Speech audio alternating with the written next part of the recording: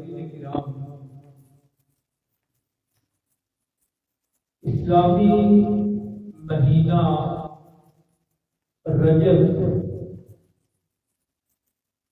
جس کی آج 12-13 تاریخ ہو چکی ہوگی، یہ مہینہ یاد دلاتا ہے اسلام کے ایک عظیم فاتح اور مدبر سیاستدان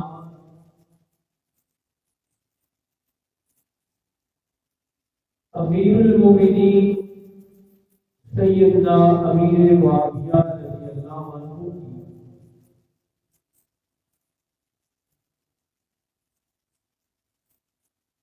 اسلام میں اس ہستی کا ایک عظیم مقام ہے،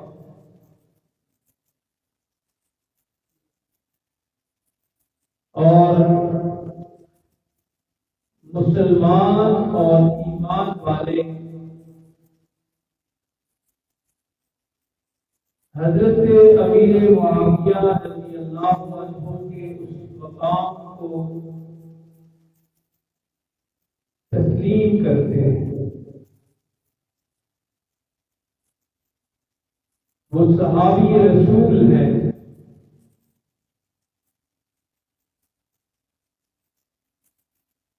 اور اسلامی سرحد اور اسلامی مملکت اور اسلامی علاقوں کی وسعت کے حوالے سے رب العالمین نے جو خدمت ان سے لی ہے وہ صرف انہی کا اعزاز ہے۔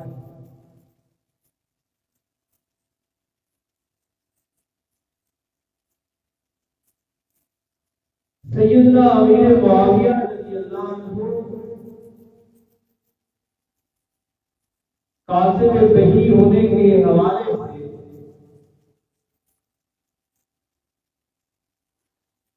آقا کریم علیہ الصلوۃ والتسلیم کی خدمت میں حاضر رہا کرتے تھے۔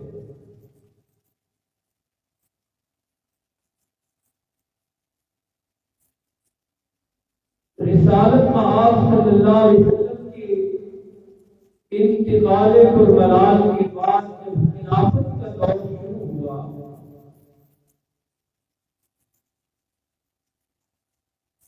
تو سیدنا صدیق اکبر رضی اللہ عنہ، سیدنا عمر فاروق رضی اللہ عنہ، سیدنا عثمان غنی رضی اللہ عنہ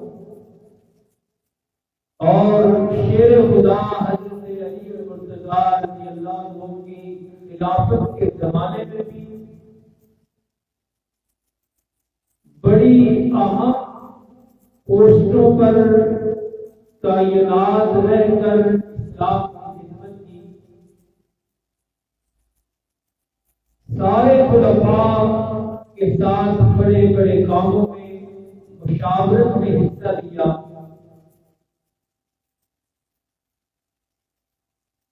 خلیفہ راشد حضرت علی المرتضیٰ رضی اللہ عنہ کے زمانے خلافت میں آپ شام میں گورنر تھے۔ شام کا یہ سارا علاقہ آپ کے ماتحت تھا۔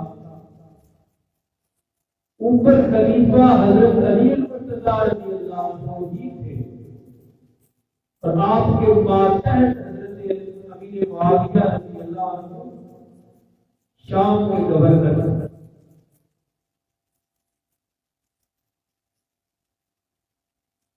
حضرت علی المرتضیٰ رضی اللہ عنہ کی خلافت کے بعد، وفات کے بعد،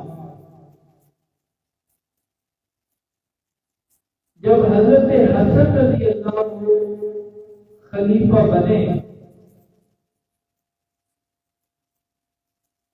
تو بڑی مختصر اور تھوڑی سی مدت کے لیے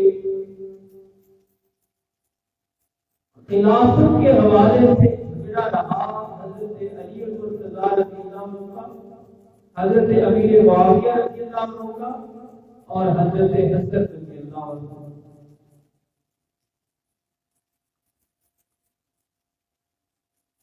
لیکن واقعات جیسے ہوئے ہیں ان کو اسی طرح دیکھنا چاہیے.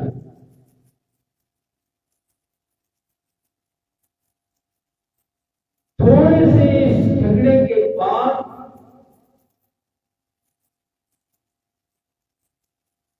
نواسے رسول جگر گوشے بطول جنتی جوانوں کے دونوں ستار اپنے مقام و مرتبے سمیت اپنی شان و شوکت سمیت بنفس نفیس بذات خود چل کر شام پہنچے اور خلافت خود اپنے ارادے اور اپنی مرضی سے بغیر کسی دباؤ کے اپنی خوشی کے ساتھ حضرت امیر معاویہ رضی اللہ عنہ کے حوالے کی.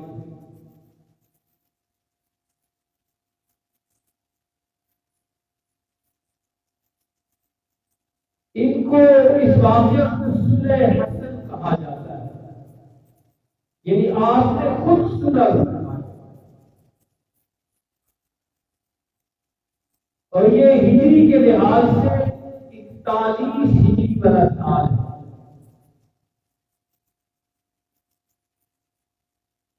صلح کا وہ منظر بڑا خوبصورت ہے اور مستند اور معتبر کتابوں میں موجود ہے. البدایہ و النہایہ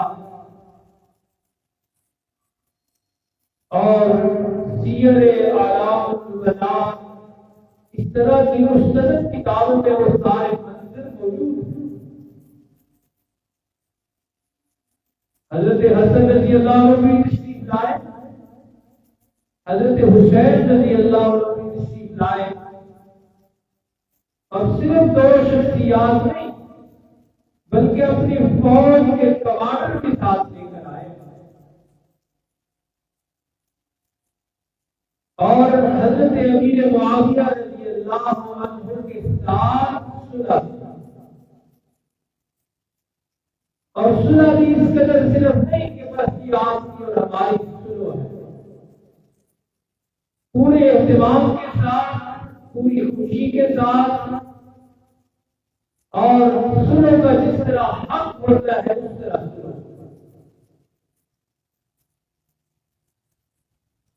خود بھی حضرت امیر معاویہ رضی اللہ عنہ کی بیعت کی حضرت حسن رضی اللہ عنہ، اور حضرت حسین رضی اللہ عنہ سے بھی فرمایا کہ آپ بھی بیعت کریں، اور اپنے فوجی کمانڈوں سے بھی فرمایا کہ تم بھی اٹھ کے حضرت امیر معاویہ رضی اللہ عنہ کی بیعت کرو. اور یہ سارے واقعات شیعہ سنی ساری کتابوں میں موجود ہے اور تسلیم شدہ ہے، کوئی اس کا انکار نہیں ہے. اور صلح کے ان دونوں فریقوں نے، دونوں پارٹیوں نے اس سال کو اتحاد امت کا سال قرار دیا. عربی میں اس کو کہتے ہیں عام الجماع، یعنی امت متفق ہوئی، فتنے ختم ہوئے، لڑائی ختم ہوئی، فساد ختم ہوا، جھگڑا ختم ہوا، اور پوری امت ایک خلافت پر، ایک امیر پر متفق اور متحد ہوئی.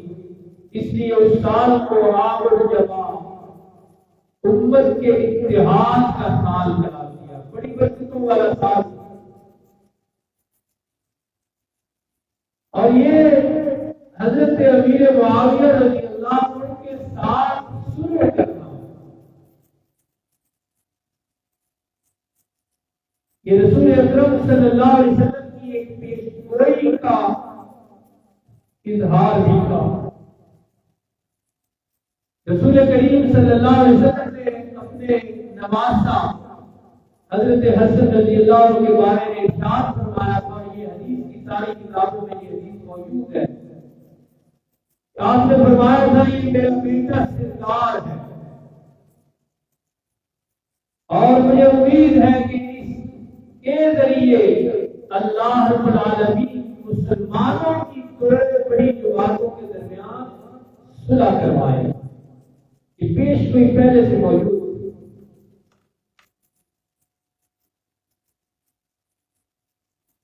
اس صلح نامے کی ایک شرط پر خاص طور پہ توجہ کریں گے۔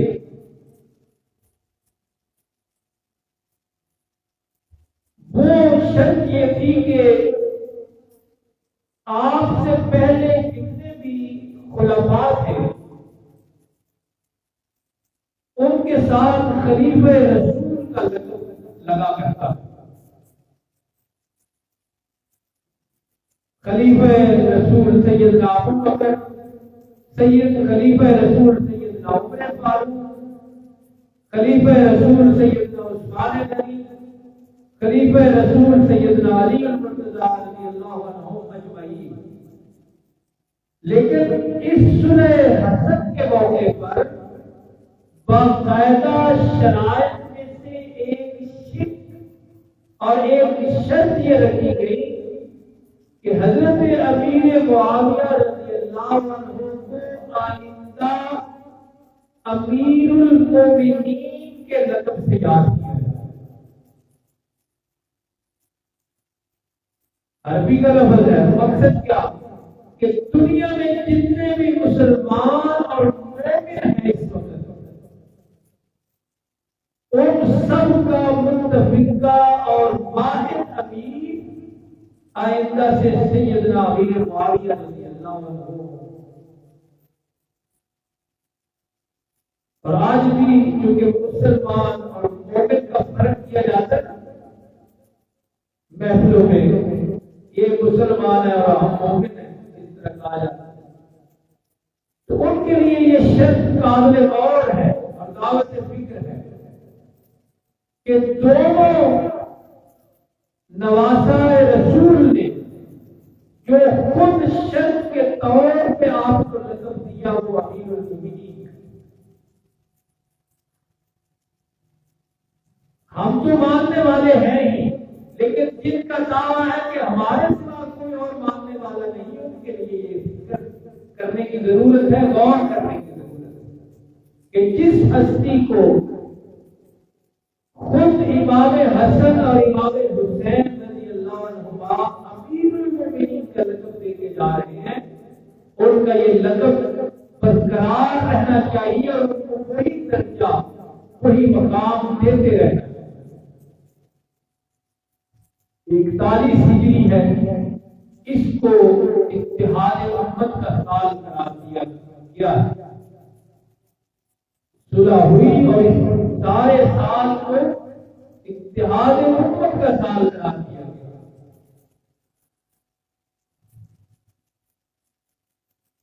اور یہ پھر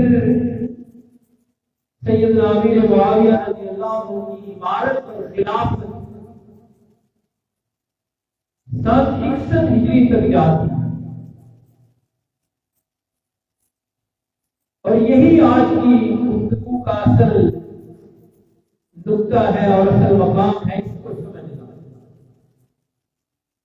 کہ متفقہ طور پر ایک صلح کے نتیجے میں، اور صلح بھی اتنے بڑے اماموں نے جو کی ہے اس کے نتیجے میں آپ تخت خلافت پر یا تخت عمارت پر جب افروز ہوئے اور 20 سال تک امیر المومنین رہے، نجی محفلوں میں پروپیگنڈے سے متاثر ہو کر اہل سنت والجماعت والے بھی آپ کے خلاف حسین بنائے رکھتے ہیں، وہ ان کے لیے یہ میری گفتگو ہے۔ سمجھیے ذرا اس بات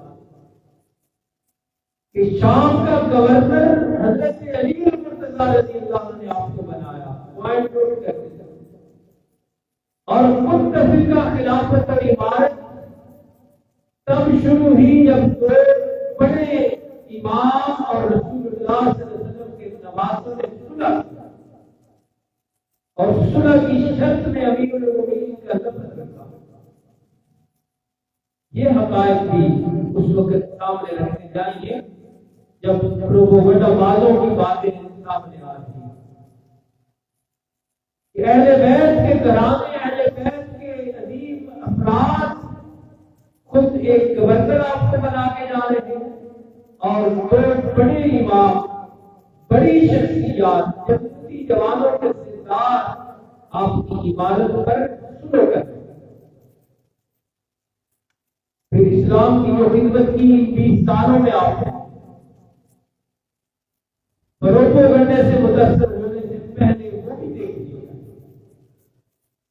شروع میں بھی میں نے یہ عرض کیا لفظ اسلامی سرحد کی وسعت کے حوالے سے مملکت وسیع ہوئی، علاقے فتح ہو کے مسلمانوں کے پاس آئے. اس حوالے سے یہ اعزاز کسی اور کے پاس نہیں ہے. ہم مشرق میں بیٹھے ہوئے ہیں، شام اور عرب علاقوں کی مشرقی سائڈ پہ ہم بیٹھے ہیں. امیر المومنین سیدنا امیر معاویہ رضی اللہ عنہ کے 20 سالہ دور امارت اور دور خلافت میں اسلامی سلطنت اس طرح اتنی وسیع ہوئی کہ یہ افغانستان کا کابل اور پاکستان میں موجود ملتان اور سندھ تک علاقوں میں مسلمان پہنچ چکے تھے، اور اس سے آگے بھی ترکمانستان اور اس طرح کے علاقوں تک اسلامی فوجیں پہنچی اور اسلام پہنچا. اور مکہ اور عرب علاقوں کے مغربی سائڈ پہ اگر دیکھیں تو سیدنا امیر معاویہ رضی اللہ عنہ کی دور حکومت میں شمالی افریقہ تک مسلمان پہنچ چکے. مشرق میں بھی فتوحات اور مغربی سائڈ میں بھی اسلامی سرحد وسیع ہوتی گئی، اسلامی رقبہ بڑھتا گیا، مسلمانوں کا ملک بڑھتا گیا، مسلمانوں کی حکومت وسیع ہوتی گئی. اور یہ جو ملائیشیا، انڈونیشیا، یہ جو ممالک ہیں، ان تک بھی اسلام سیدنا امیر معاویہ رضی اللہ عنہ کے دور حکومت میں پہنچا. برما یہ انڈیا کے ساتھ ہے، برما تک اسلام پہنچ چکا تھا، اور یہ سارا کچھ سیدنا امیر معاویہ رضی اللہ عنہ کے دور حکومت میں ہوا. بہت وسعت آئی اسلامی مملکت میں، اور اندلس تک اسلام پہنچا. یہ جو اسپین ہے آج یہاں تک، یہ بھی امیر معاویہ رضی اللہ عنہ کے دور حکومت میں. یہ خدمت اللہ نے آپ سے ہی دی ہے. دنیا جس کا ذکر پچھلے جمعے بھی ہوا، استنبول اور ترکی جس کو آج کہتے ہیں، یہاں تک بھی اسلام سیدنا امیر معاویہ رضی اللہ عنہ کے دور حکومت سے پہنچا. اور یہ کیسے پہنچا؟ یہ پہلی بیڑے کے ذریعے ایک بہت بڑی کشتی بنائی گئی جس کے اوپر کشتیاں ٹھہرتی ہیں، فوجی ہوتے ہیں، فوجی ساز و سامان ہوتا ہے، پورا گاؤں ہوتا ہے، بارود اور اس وقت کا سارا اسلحہ وہ اس کے اوپر ٹھہرتا ہے. اس کو پہلی بیڑا کہتے ہیں. وہ حضرت عثمان غنی رضی اللہ عنہ کے دور حکومت میں ہی آپ نے شام سے خط لکھ کے اس کی اجازت طلب کی اور اس کی تیاریاں شروع کر دی. اور اس کی وجہ یہ تھی کہ روم جو تھا نا، روم، اس کو فتح کرنے کے لیے یہ چیزیں ضروری تھی. درمیان میں سمندر حائل اور وہ بازنطینی حکمران اپنے اس سمندری لوکیشن کی وجہ سے مسلمانوں کو شکست دے دیا کرتے تھے. اور تدبر اور سیاست کہ اس امیر معاویہ رضی اللہ عنہ نے یہ سوچ لیا، فیصلہ کر لیا اور تھام لی یہ بات کہ جب تک مسلمان پہلی بیڑے سے مالامال نہیں ہوں گے اس وقت تک روم کو شکست نہیں دی جاتی۔ چنانچہ دور عثمانی میں ہی دارالخلافہ میں خط لکھ کے آپ نے یہ مشورہ مانگا اور اجازت مانگی کہ مجھے بحری بیڑا بنانے کی اجازت دی جائے۔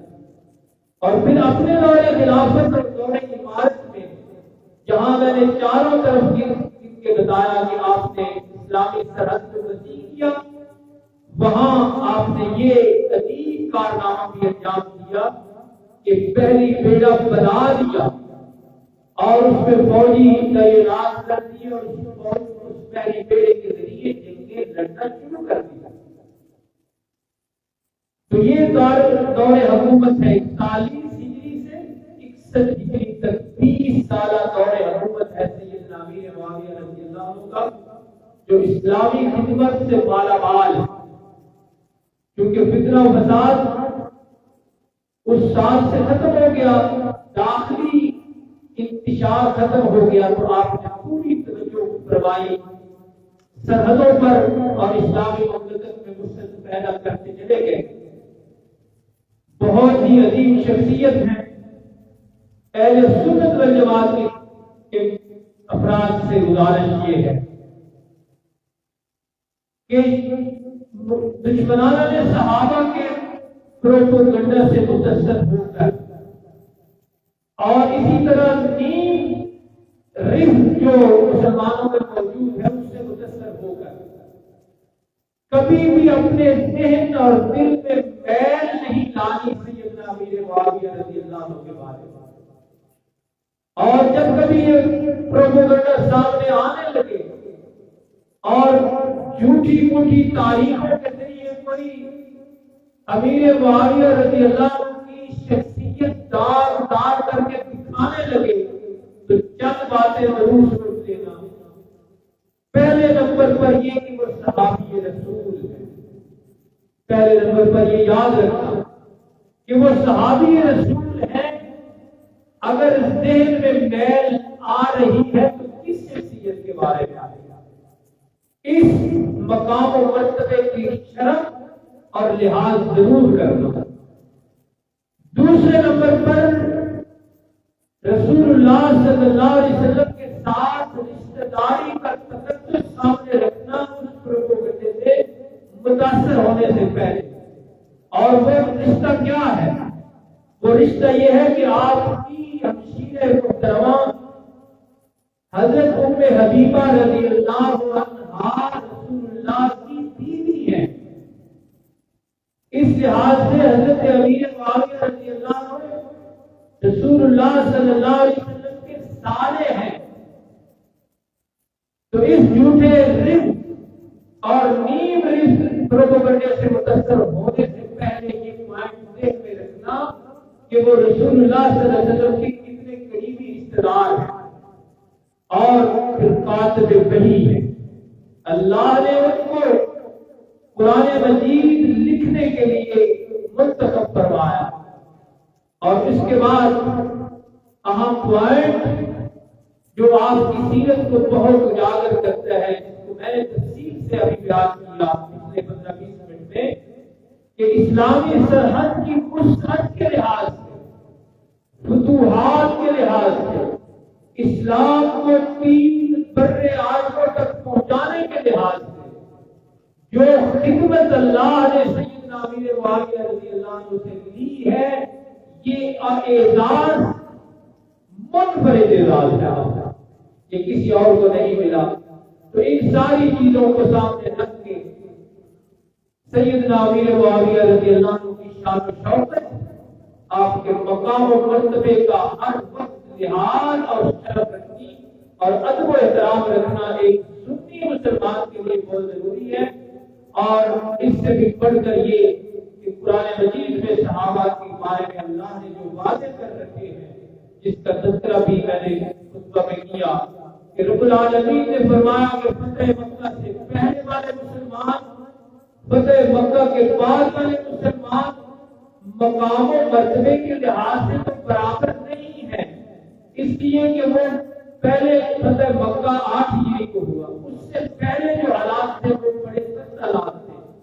بعد میں فتوحات ہو گئی، آسانیاں ہو گئی، نرمیاں ہو گئی، اسلام کی حکومت قائم ہو گئی، اسلام کا روب اور دبدبہ قائم ہو گیا، لیکن اس کے بعد بھی جو مسلمان ہوئے ان سب کے بارے میں اللہ کے سچے قرآن نے یہ بتایا کہ وَكُلًّا وَعَدَ اللَّهُ الْحُسْنَىٰ، رسول اللہ کی حیات طیبہ میں مسلمان جو ہو گئے، چاہے فتح مکہ سے پہلے ہوں چاہے فتح مکہ کے بعد ہوں، سب سے اللہ نے جنت کا وعدہ کر رکھا ہے۔